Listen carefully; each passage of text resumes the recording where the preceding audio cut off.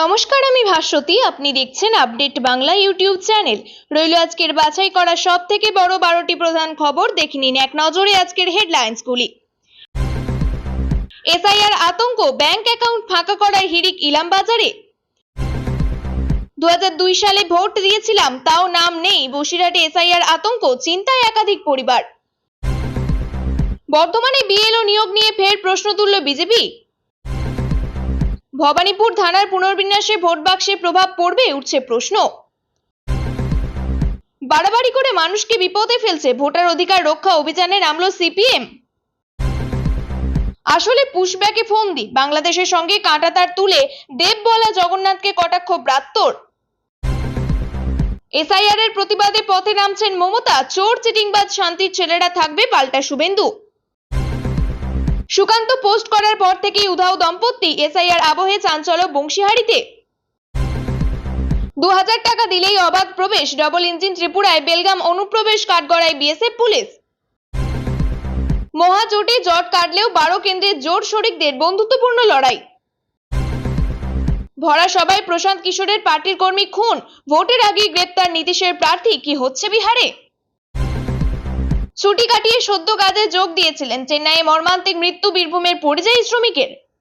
আপনাদের কাছে একটা অনুরোধ রইল, আমরা প্রতিদিন চেষ্টা করি আপনাদের জন্য সঠিক, সংক্ষিপ্ত এবং নিরপেক্ষ খবর পৌঁছে দিতে। আমাদের এই ছোট্ট চেষ্টাকে যদি আপনার ভালো লাগে, তাহলে দয়া করে একটা লাইক দিয়ে পাশে থাকার বার্তা দিন। আপনার একটা লাইকই আমাদের আগামী দিনের অনুপ্রেরণা। এবার আসছি বিস্তারিত খবরে। বাংলায় এসআইআর অর্থাৎ বিশেষ নিবিড় প্রক্রিয়া শুরু করেছে নির্বাচন কমিশন, যা নিয়ে আতঙ্কের ছবি জনমানুষে। নাম বাদ পড়বে না তো, তা নিয়ে ক্রমশ বাড়ছে উদ্বেগ। আর এহেন আতঙ্ক এবং উদ্বেগের মধ্যেই ব্যাংকে জমানো সমস্ত টাকা তুলে নিচ্ছেন বীরভূমের ইলামবাজারের আশেপাশের বহু মানুষ। সকাল হলেই ব্যাংকের সামনে লম্বা ভিড়, এক প্রকার হুড়োহুড়ি করেই টাকা তুলছেন তারা।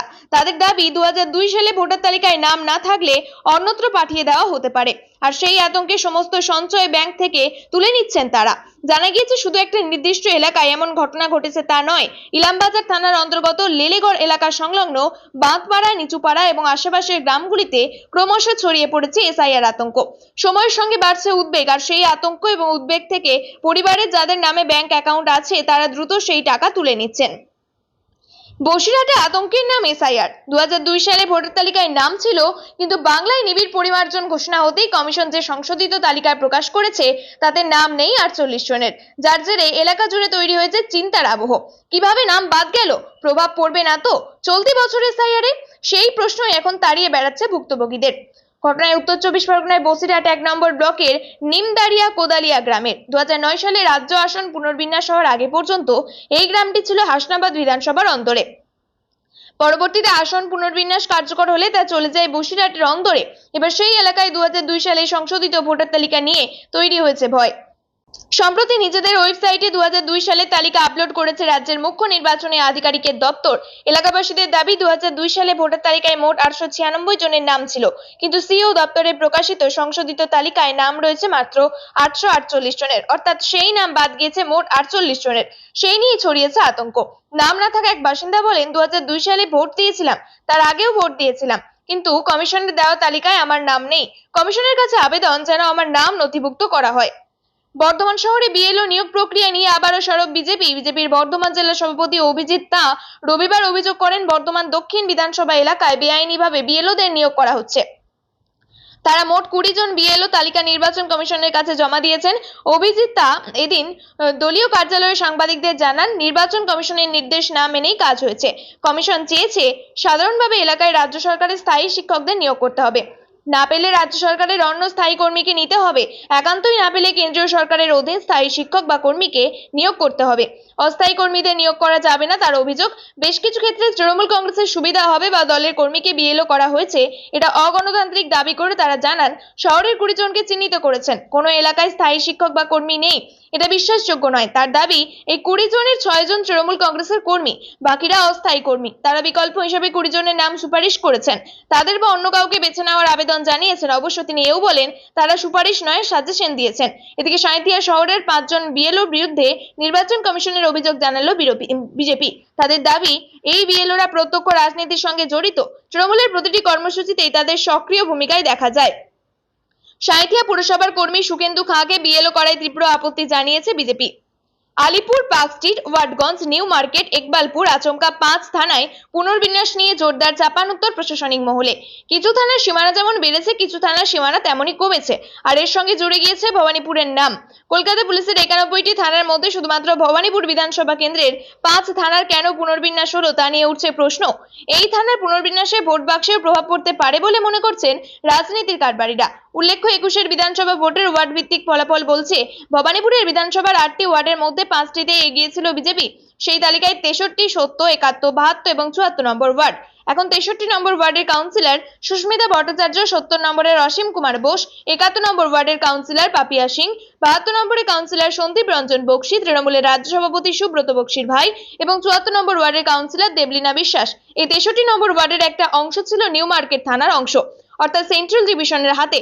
এখন সেটা 5টি থানার হাত ধরে সাউথ ডিভিশনে। অন্যদিকে 70, 71 আগে থেকেই ভবানীপুর থানার অংশ, অর্থাৎ সাউথ ডিভিশনের ভিতরে। একইভাবে 72, 74 নম্বর ওয়ার্ড সাউথ ডিভিশনের আওতাধীন রয়েছে। শুরু হয়ে গিয়েছে এসআইআর, চর্চা সবই চলছে এখন পুরো দমে। কোমর বেঁধে মাঠে নেমেছে কমিশন, মাঠে নেমে পড়েছে রাজনৈতিক দলগুলিও, চলছে বিএলওদের ট্রেনিংও। এরপরে বিএলওরাও, সূত্রের খবর, মূল দলগুলির মধ্যে 30 অক্টোবরের মধ্যে সিপিএম 6175 জনের নাম জমা দিয়েছে। এরই মধ্যে সেই বামেদের শুরু করে দিয়েছে নতুন উদ্যোগ, আর তাতেই এসআইআর কে মাথায় করে তৃণমূল বিজেপিকে দেওয়া হয়েছে রাজনৈতিক খোঁচাও। প্রশ্ন তোলা হয়েছে দুই দলের রাজনৈতিক অভিসন্ধি নিয়ে। সিপিএম নেতারা বলছেন এসআইআর নিয়ে ভোটারদের সহযোগিতা করাই এখন উদ্যোগের মূল উদ্দেশ্য। বিভিন্ন জায়গায় ক্যাম্প করে 2002 তালিকার নাম আছে কিনা তা জানাচ্ছে সিপিএম। নাম না থাকলে কি কি নথি রেডি রাখতে হবে তাও বলে দেওয়া হচ্ছে। 1 মাস ধরে চলবে ক্যাম্প। তবে এদিন বেশ কিছু মানুষের আনাগোনা দেখা গেল ক্যাম্পে। সিপিএম নেতা সুজন চক্রবর্তী বলেন, ভোটার লিস্টে সংশোধন বরাবরই হয়, কিন্তু এখানে একটু বাড়াবাড়ি করে মানুষকে বিপদে ফেলছে। সে কারণেই মানুষকে সাহায্য করার উদ্দেশ্যে 2002 সালে 2025 সালে ভোটার লিস্ট নিয়ে বসেছি। কার নাম নেই, কার নাম আছে, কি অসুবিধা সবটাই দেখা হচ্ছে। কিভাবে সমস্যার মোকাবিলা হবে সেই উদ্দেশ্যেই বসানো হয়েছে ক্যাম্প। 1 মাস ধরে আমরা এই ক্যাম্প চালাবো। বিজেপি ক্ষমতায় এলে বাংলাদেশের সঙ্গে কাঁটাতার তুলে দেওয়া হবে। দুই বাংলা এক ছিল, আবারও এক হয়ে যাবে। এসআইআর আবহে এহেন মন্তব্য করে যথেষ্ট বিতর্কে জড়িয়েছেন রানাঘাটের বিজেপি সাংসদ জগন্নাথ সরকার। বিতর্কের মুখে পড়ে আবারও নতুন কথা শোনা গিয়েছে তার গলায়। রবিবার কলকাতা প্রেস ক্লাবে সমাজকর্মী এবং বিশিষ্ট লেখক মানিক ফকিরের সাম্প্রতিক গ্রন্থ নাগরিকত্বের সার কথা নামে একটি বইয়ের উদ্বোধনী অনুষ্ঠানে এসেছিলেন শিক্ষাকর্মী ব্রাত্য বসু। অন্যদিকে উপস্থিত ছিলেন প্রখ্যাত বিধায়ক এবং লেখক মনোরঞ্জন ব্যাপারী। উপস্থিত ছিলেন এই জেলার সাংগঠনিক সভাপতি মাননীয় সাংসদ শ্রী পার্থ ভৌমিক, বিধানসভার মাননীয় মুখ্য সচেতক এবং জেলার চেয়ারম্যান শ্রী নির্মল ঘোষ। এছাড়া উপস্থিত ছিলেন জেলার অন্যান্য সাংগঠনিক পদাধিকারী এবং স্থানীয় নেতৃত্ব। এই অনুষ্ঠানে বক্তব্য রাখতে গিয়ে ব্রাত্য বসু বলেন, বিজেপির এক সাংসদ বলছে তারা ক্ষমতায় এলে বাংলাদেশের সঙ্গে কাঁটাতার তুলে দেওয়া হবে। আরে যেটা বলিনি সেটা হলো কাঁটাতার তুলে পুশব্যাক করা হবে। তবে এই পুশব্যাকের পদ্ধতি হলো এসআইআর। তাহলে হিন্দু মুসলিম নির্বিশেষে নাগরিকত্ব বাদ গেলে পুশব্যাক করা হোক। এসআইআর প্রক্রিয়ার মাঝে বিজেপি সাংসদ বনাম রাজ্যের মন্ত্রীর বাকযুদ্ধ নয়া মাত্রা নিল তা বলাই বাহুল্য। পশ্চিমবঙ্গে ইতিমধ্যেই শুরু হয়ে গিয়েছে এসআইআর। আগামী 4 তারিখ থেকে বিএলওরা বাড়ি বাড়ি গিয়ে ফর্ম দেবেন। আর সেই সঙ্গে এসআইআর এর বিরুদ্ধে পথে নামতে চলেছে তৃণমূল কংগ্রেস। মমতা বন্দ্যোপাধ্যায় এবং অভিষেক বন্দ্যোপাধ্যায় কলকাতায় একটি মিছিলের ডাক দিয়েছেন। স্বাভাবিকভাবেই এসআইআর এ কেউ বিরোধিতা না করলে কেন তৃণমূলের এত আতঙ্ক তা নিয়ে তৈরি হয়েছে প্রশ্ন। বিরোধীরা দাবি করছে এর পিছনে অবৈধ ভোট ব্যাংক নষ্ট হয়ে যাওয়াই প্রধান কারণ। আর সেই আতঙ্কেই ক্ষমতায় টিকে না থাকার ভয়ে তৃণমূল এসআইআর এর বিরোধিতা করতে শুরু করেছে। তবে মমতা বন্দ্যোপাধ্যায় এসআইআর এর বিরুদ্ধে মিছিল করলেও তাকে পাত্তাই দিলেন না রাজ্যের বিরোধী দলনেতা শুভেন্দু অধিকারী। প্রসঙ্গত, এসআইআর শুরু হওয়ার পর থেকেই পশ্চিমবঙ্গের শাসক দল তৃণমূল কংগ্রেসের নেতা মন্ত্রীরা একের পর এক হুঁশিয়ারি দিতে শুরু করেছেন। আর তার মাঝে খবর পাওয়া গিয়েছে যে আগামী 4 তারিখ মমতা বন্দ্যোপাধ্যায় এবং অভিষেক বন্দ্যোপাধ্যায় এসআইআর এর বিরুদ্ধে কলকাতায় মিছিল করবেন। তবে এসআইআর নিয়ে তাদের এত কেন চিন্তা হচ্ছে সেই প্রশ্ন বিভিন্ন মহলে রয়েছে। তবে পুলিশ থেকে 3-4 হাজার লোক দিয়ে দেবে এবং আপনারা লাইভ করবেন, অর্থাৎ এই রাজ্যের মুখ্যমন্ত্রীর যে কোনো কর্মসূচিতে এখন আর লোক হচ্ছে না, পুলিশ দিয়েই তাকে লোক ভরাতে হচ্ছে। সেই কথা তুলে ধরে এসআইআর এর প্রতিবাদে মুখ্যমন্ত্রী মাঠে নামলেও তাকে গুরুত্ব দিলেন না রাজ্যের বিরোধী দলনেতা। এসআইআর আবহে বিজেপি সাংসদ সুকান্ত মজুমদার সোশ্যাল মিডিয়ায় পোস্ট ঘিরে চাঞ্চল্য। রবিবার সুকান্ত মজুমদার নিজের এক্স হ্যান্ডেলে এবং ফেসবুকে দুজনের পরিচয়পত্র পোস্ট করেন।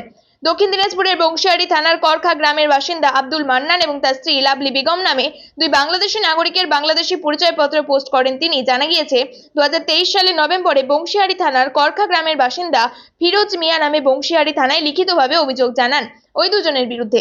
বিজেপি নেতা তথা কেন্দ্রীয় মন্ত্রী সুকান্ত মজুমদারের অভিযোগ, 2 বছর হয়ে গেলেও ওই দুই অনুপ্রবেশকারীর বিরুদ্ধে পুলিশ এখনো কোনো ব্যবস্থা নেয়নি। এদিন অভিযোগকারী ফিরোজ মিয়ার স্ত্রী নাসিমা পারভিনও এই অভিযোগ করেন। তবে অভিযুক্ত আব্দুল মান্নান তার স্ত্রী লাভলি বেগমকে এদিন সকাল থেকেই বাড়িতে পাওয়া যায়নি। সুকান্ত মজুমদারের সোশ্যাল মিডিয়া পোস্টের পর থেকেই তারা বাড়ি থেকে বেপাত্তা হয়ে যায় বলে অনুমান স্থানীয় বাসিন্দাদের। অভিযুক্ত বাংলাদেশিদের প্রতিবেশীদের দাবি, কিছুদিন আগে তারা এসেছে, ওদের বাড়ি বাংলাদেশে বলেই জানান প্রতিবেশীরা। তারা বলেন, এখন আর ওদের এখানে দেখতে পাচ্ছি না। এই প্রসঙ্গে বিজেপির জেলা সভাপতি স্বরূপ চৌধুরী বলেন, বংশীহারি থানায় দুজন বাংলাদেশি অবৈধ অনুপ্রবেশকারীর বিরুদ্ধে লিখিত অভিযোগ দায়ের করা হলেও পুলিশ সেই বিষয়ে কোনো ব্যবস্থা নেয়নি। 2000 টাকা দিলেই বাংলাদেশ থেকে ত্রিপুরায় চলে আসা যায়। সীমান্তরক্ষী বাহিনী এবং পুলিশের কোনো বাধা থাকে না জানিয়ে ত্রিপুরার সীমান্তে শনিবার রাত থেকেই ব্যাপক উত্তেজনা দেখা দিয়েছে। ভারত বাংলাদেশ আন্তর্জাতিক সীমান্তে কাঁটাতারে ফেন্সিং থাকা সত্ত্বেও সীমান্ত একেবারে উন্মুক্ত অবৈধ অনুপ্রবেশের জন্য। উল্লেখ্য, ভারত এবং বাংলাদেশের আন্তর্জাতিক সীমানার মধ্যে খোয়াই মহকুমায় আন্তর্জাতিক সীমান্ত রয়েছে 61.5 কিলোমিটার। 99% এলাকায় কাঁটাতারের বেড়ার সঙ্গে উচ্চ ক্ষমতা সম্পন্ন ফ্লাড লাইট, সিসি ক্যামেরা ইত্যাদি সুবিধা বিএসএফ এর হাতে থাকলেও প্রতিদিন বাংলাদেশিরা অনুপ্রবেশ ঘটিয়ে চলছে মহকুমার উত্তর প্রান্তের সীমান্ত এলাকা দিয়ে।